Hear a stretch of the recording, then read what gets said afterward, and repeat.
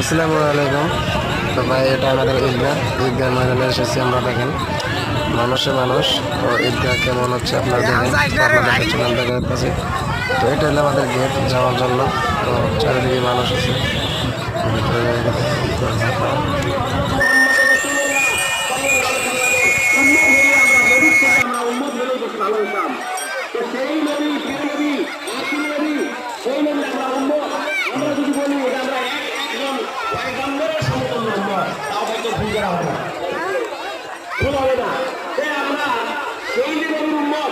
আমাদেরকে আল্লাহ খালি উশিলা খুঁজো যে এই কাজ তুমি করছো, এই কাজ করার বিনিময়ে তোমার ওইটা বড় পাপটা মাফ করে দিলাম।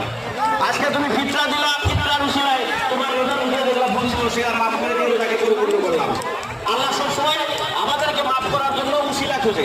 আল্লাহ রহমতের ভান্ডার আমাদের পাপের থেকে অনেক বেশি। চাইতে লাগবে, তওবা করতে লাগবে, আল্লাহ বলতে লাগবে। যাই হোক, এখানে